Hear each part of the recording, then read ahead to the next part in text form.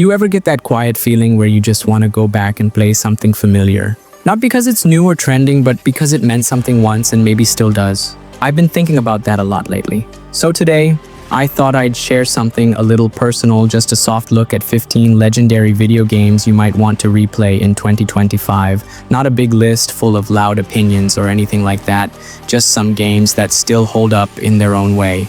Some are classics, some got updated recently, and a few just feel surprisingly good to revisit even now. So if you're in the mood to slow down and spend some time with games that actually left a mark, this might be a nice place to start. There's something quietly powerful about riding alone through a fading sunset, the wind brushing past your coat, the sound of your horse's hooves soft against the dirt trail. That's what pulled me back into Red Dead Redemption 2. It's not just the story or the stunning graphics or even the world itself. It's the feeling that every little thing, from brushing your horse to sipping coffee by the campfire, matters in some small way. The pace is slow, but that's part of what makes it so special. You're not rushed. You're given space to live in the world, to notice the way snow crunches under your boots, or how the light filters through pine trees at dawn. The towns feel real, not just because of the buildings, but because of the people walking by, chatting, arguing, living their own lives, whether you notice or not. Even small things like tipping your hat or sitting on a porch doing nothing somehow feel meaningful. And the music, it doesn't just play, it quietly finds you in the right moments. I think that's what makes it so memorable. It's not trying to be loud or flashy. It just wants you to slow down and take it all in. If you haven't stepped back into this world in a while, or maybe never have, there's something here worth feeling, not just playing.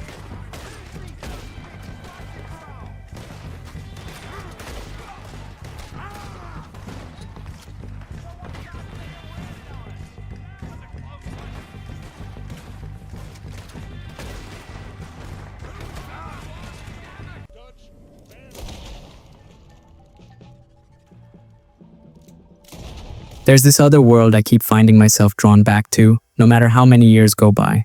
It's cold and quiet at first, with snow swirling through the mountains and distant ruins just barely visible on the horizon. But once you take that first step down the path, it opens up into something far deeper than you expect. Skyrim has this stillness to it that's hard to describe. It's not just about quests or battles or leveling up. It's about wandering through the woods and hearing the wind rustle through the trees, stumbling into a cave that wasn't marked on your map, or standing on a cliffside at dawn with nothing around but fog and birdsong. The way the world reacts to you, even in small ways, makes it feel like you're part of something ancient and alive. Every little village has its own rhythm, and even the quietest corners seem to have stories hidden underneath. It's the kind of place where you don't always need a goal. You can just walk and listen and slowly uncover things at your own pace. And the best part is no two journeys ever feel the same. Whether you're revisiting it after a long time or seeing it with fresh eyes, there's something deeply comforting about returning to that snow-covered land again, like it's always been waiting there for you to come back.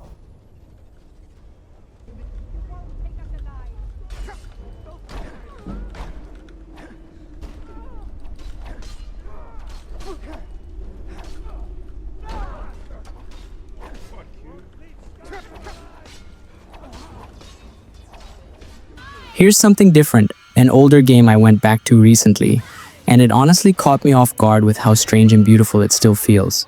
BioShock drops you into a world that's so unlike anything else. It's eerie, but not in a loud or overdone way. It's quiet at first, almost haunting, with echoes in the halls and flickering lights, like the place is still breathing even though it's falling apart.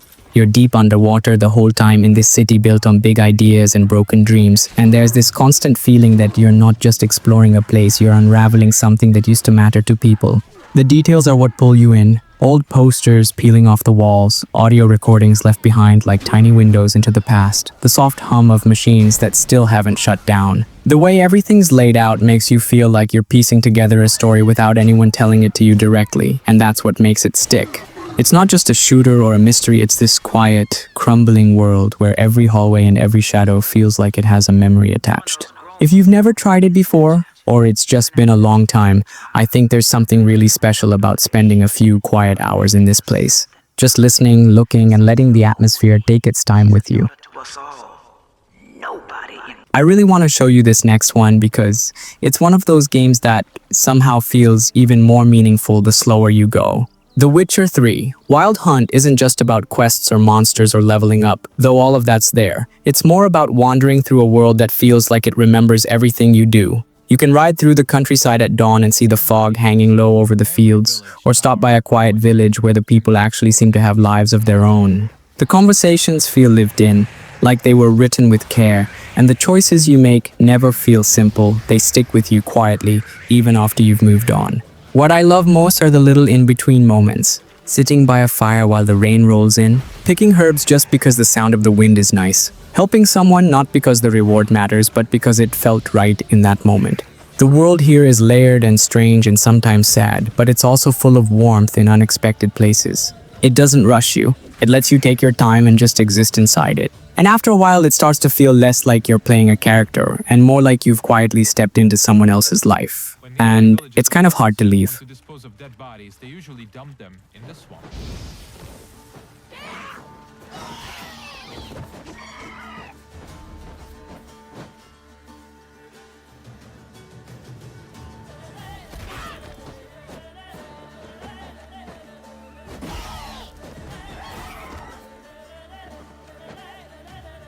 Here's something different, one of those older games that somehow still feels deeply personal, even years later. Metal Gear Solid 3, Snake Eater takes you into the middle of a jungle, but it's not just about sneaking past guards or completing missions. There's this quiet, almost meditative rhythm to how it plays. You're not just a soldier, you're surviving out there, crawling through tall grass, patching up wounds, catching food, watching the skies shift from morning light to evening fog. The jungle isn't just a backdrop, it breathes with you. What makes it special, at least for me, is how thoughtful everything feels. Even the smallest choices, what to eat, how to hide, when to strike, carry this weight that stays with you. And the story. It unfolds with patience, with moments that feel surprisingly still, almost reflective. There's something raw and grounded about it, like it's not just telling you a story, it's letting you feel what it's like to be alone in a world that doesn't always explain itself. Whether you've played it before or are just now curious, this one offers something rare. It lets you slow down, listen closely, and move carefully through a place that feels both dangerous and quietly beautiful all at once.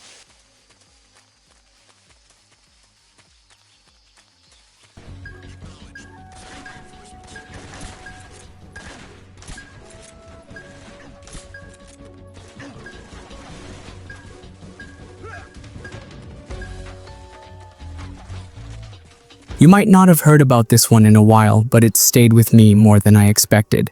Mass Effect 2 isn't just a space story, it's more like this quiet journey where you slowly build a team piece by piece, not just to complete a mission, but to feel like you belong somewhere.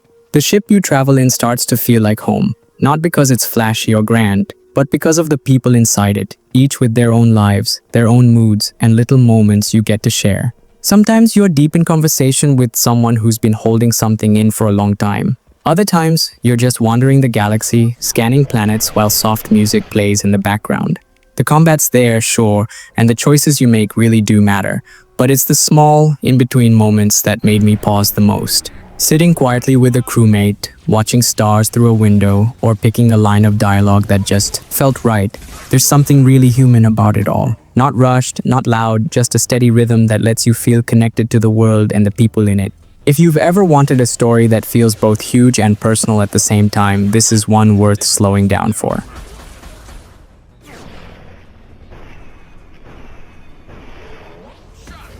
I'll tear you apart.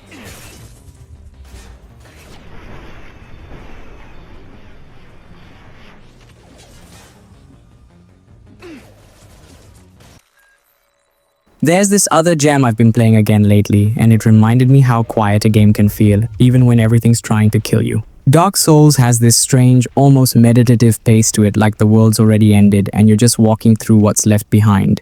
It doesn't hold your hand or tell you where to go, but there's something peaceful in that silence. The way the wind brushes through empty ruins, or how a faint melody plays when you finally find a resting spot after a long, tense stretch, it creates this rhythm that feels more personal than it looks from the outside. Every corner feels uncertain, but also handcrafted in this really thoughtful way. Doors don't open just because you found them, you have to earn it. Enemies don't feel placed randomly either. They feel like they belong where they are, guarding something that once meant something.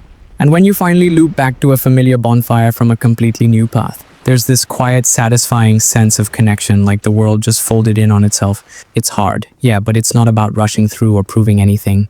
It's more about patience, about learning the world little by little at your own pace. And I think there's something kind of beautiful in that.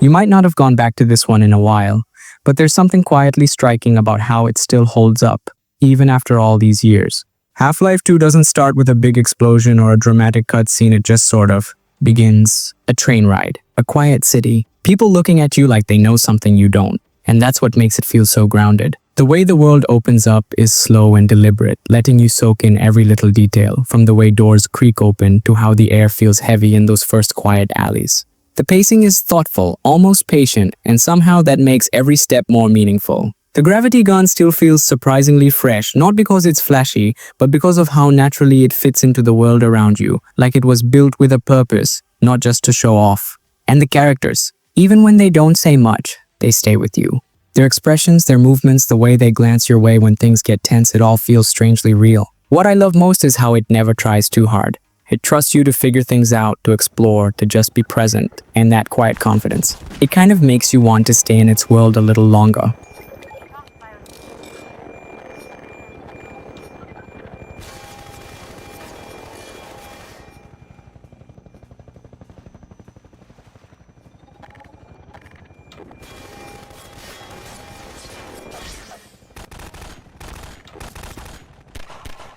There's this other gem I've been playing that really brought back that old feeling of adventure, the kind where you're not just watching a story, you're holding on and living through it moment by moment. Uncharted 2, Among Thieves isn't just about treasure or danger or big set pieces, it's about movement, rhythm, and all the little in-between moments that make the journey feel personal. One second, you're quietly climbing through a frozen mountainside village, and the next, you're ducking through ruins while the world crumbles around you. But it's not just the action that sticks. It's the way everything flows together so naturally. The climbing feels just clumsy enough to remind you you're human. The conversations hit these small, honest notes that give the characters a kind of warmth you don't always expect in games like this. And the settings, they're more than just pretty places. They have this texture, like someone really thought about what it would feel like to stand there, to touch the stones, to look out over a cliff with nothing but silence and wind around you. What I've always loved about this one is how it balances quiet exploration with those wild edge-of-your-seat moments, without ever feeling rushed. It's not trying to be perfect, it's just trying to be real in its own way. And somehow, even all these years later, it still feels like the kind of story you want to get lost in again.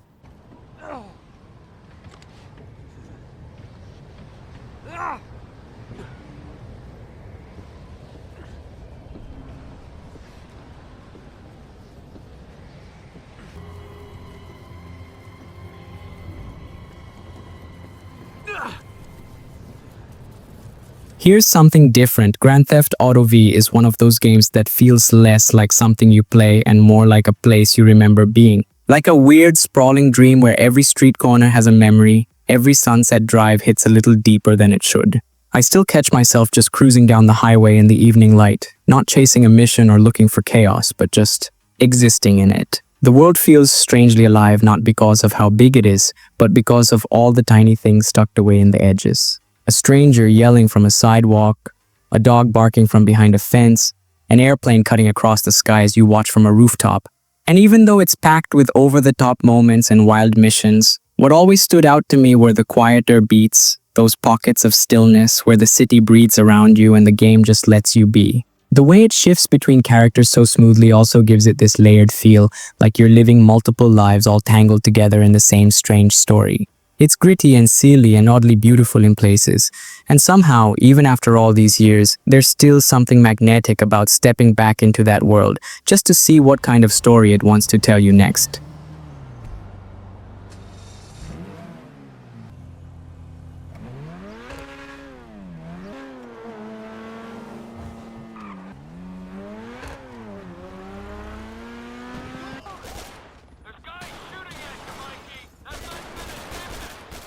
Here's something I've always found quietly brilliant. Portal 2 isn't just clever, it's surprisingly emotional in a way you don't expect from a puzzle game wrapped in sterile white walls and robotic voices. The first time you wake up in that cold, crumbling facility, there's this eerie calm like the world has been asleep for too long and you're the only one awake. The puzzles start simple, but before long you're bending space, momentum, and logic in ways that make your brain feel like it's stretching. And what really makes it stick is the personality it carries. GLaDOS with her dry sarcasm, Wheatley bumbling through disasters, and those lonely old corridors where the silence feels heavier than the machinery humming around you. There's something kind of poetic about how the environment tells its own story: broken glass, abandoned test chambers, bits of overgrown life trying to reclaim a dead place. It's funny, yes, but under the humor, there's this weird sense of sadness and curiosity that makes every little discovery feel important. Playing through it again feels like wandering through a strange dream you half remember familiar, but still full of wonder.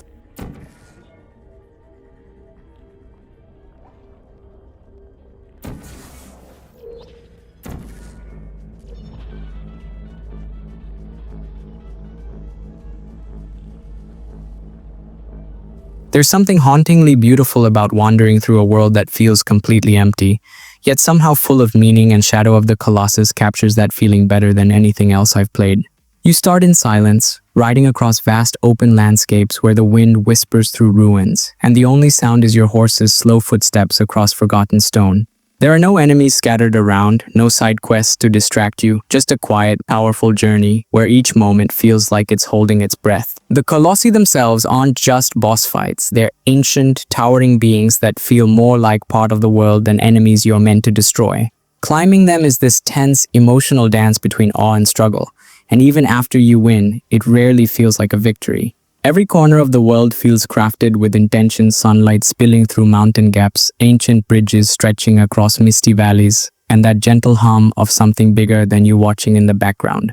It's not loud or flashy, but it lingers in your mind long after it ends. I always come back to it when I want to feel something a little deeper, something slower, something that quietly says more by saying less.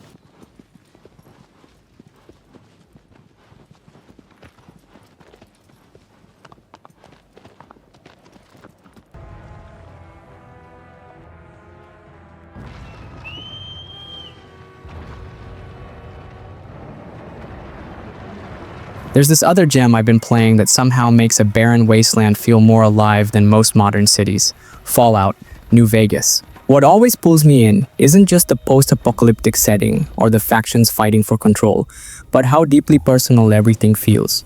You wake up in the desert, left for dead, and from that moment on, every choice is yours. It's quiet sometimes, wandering dusty roads under a faded orange sky, stumbling on an old diner with a rusted jukebox still humming, or trading stories with a stranger around a campfire. There's something special about how every little detail, from broken signs to cracked pre-war soda bottles, tells a story of what came before. The dialogue, the quirky characters, the strange side quests that spiral into unexpected moments of meaning. It's all layered in a way that makes even the smallest discoveries feel like your own. And the freedom, it's unmatched. You're not a chosen hero, you're just someone making their way through a world that's moved on, trying to decide who to trust, who to help, or whether to walk away from it all.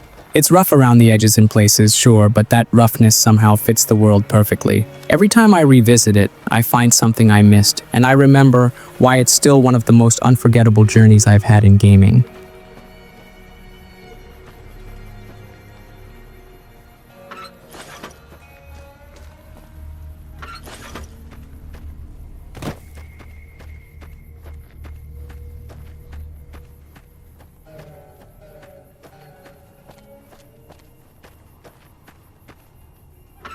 Here's something different. God of War 3 isn't just intense or epic. It's strangely beautiful in the way it blends rage with stillness. What really stood out to me was how massive everything feels, like you're walking through a story that's way bigger than you are, yet still deeply personal. The way the camera stays tight behind Kratos, never letting you look away, kind of pulls you into his storm. But even through all the chaos, you notice things. Ancient stone halls lit by flickering torches, echoes of crumbling myth all around. And sometimes you just pause to take it in, a quiet moment before the next colossal challenge. The gameplay is fluid and heavy at the same time, every strike feeling like it matters, like it's carrying years of weight. And even though it's packed with larger-than-life battles, it's the quieter beats that linger. The silent walks through forgotten temples, or the way the soundtrack dips when something old and painful surfaces. It's a game that doesn't just tell a story, it feels like a myth passed down through fire and ash, and even now it holds up in ways that are still powerful, still unforgettable. Definitely one of those experiences worth revisiting with fresh eyes.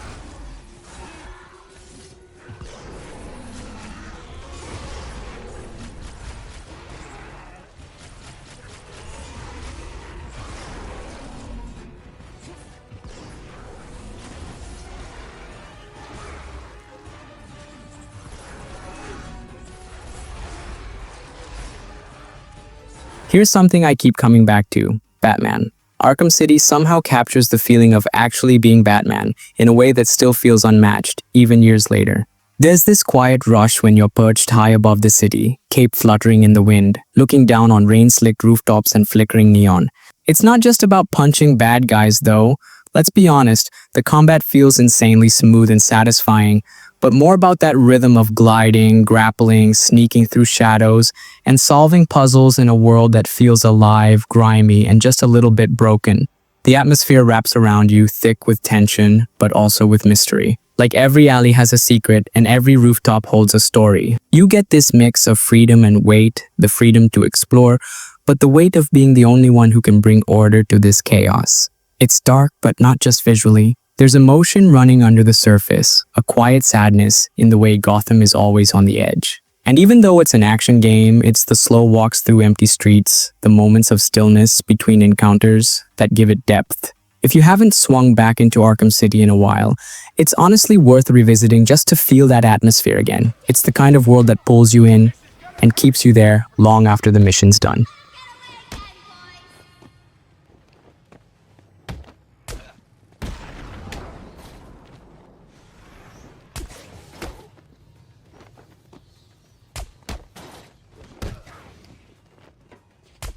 You're gonna die here, Batman.